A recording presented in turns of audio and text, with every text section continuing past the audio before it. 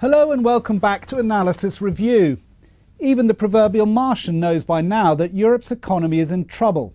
The crisis in the Eurozone grinds on, threatening to hit the global economy. Yet in the midst of all this gloom, there is, it seems, one beacon: Germany. Is Europe's biggest economy a model for others to follow?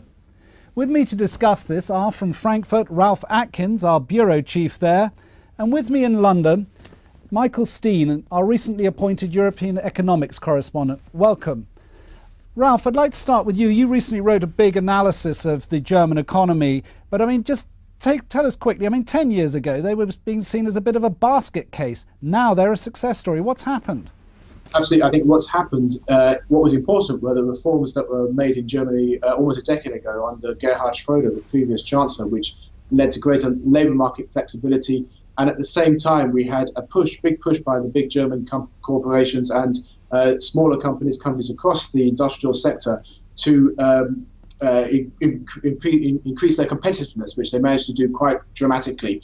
And that's now really paying off as we come out of at least the very worst of the financial crisis of the last few years.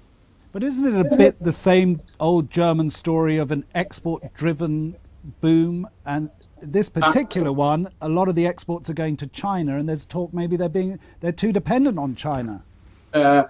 Well, certainly the dynamism of Chinese growth is a large part of the story, and they're obviously profiting from that. But they're profiting from exports to other countries as well. And for instance, exports to Russia grew faster last year. So they are pretty diversified, but what they do require is global growth, of course. But then the Germans would also say that they are rebalancing, because what, of course, is happening is that the impact of all that business they're doing in the rest of the world is feeding through into jobs and therefore supporting the domestic economy. Don't forget, unemployment in Germany has fallen to the lowest since the country was reunified in 1990, and in the middle of an economic crisis across the world. That's pretty remarkable.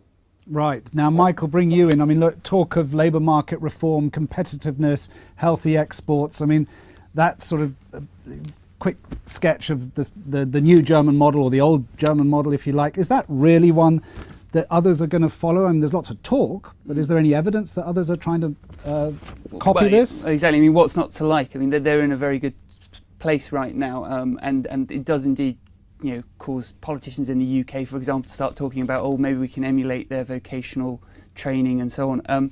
That, however, has always been a debate. Nothing really ever seems to change much outside of Germany. And I think one of the things about the German model is it is fairly specific to Germany.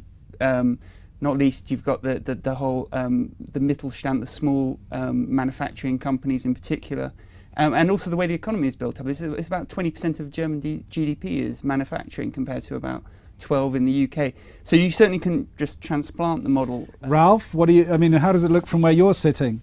I was going to say there is a cultural dimension to it, of course, because the reaction of German companies during the crisis, the serious recession of 2009, the global slowdown, was not like the UK and the US companies to slash their workforces. What the German companies did was they held on to their labour and they used these government-supported short-time working schemes to keep their workforce. So when the rebound came and global growth returned, they were ready and they were able to take advantage of that in a big way. And I'm not sure if the US, UK political systems would ever think that way.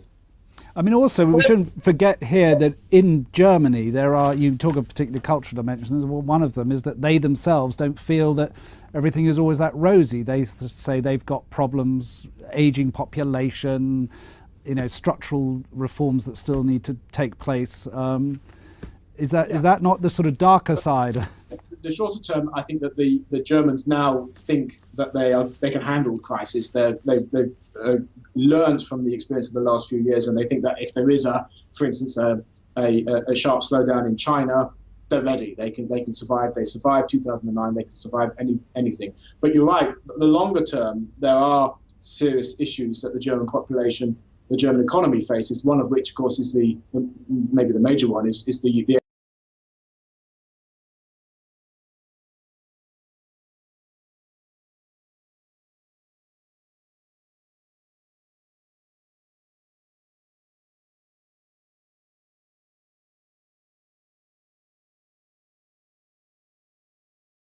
the euro was in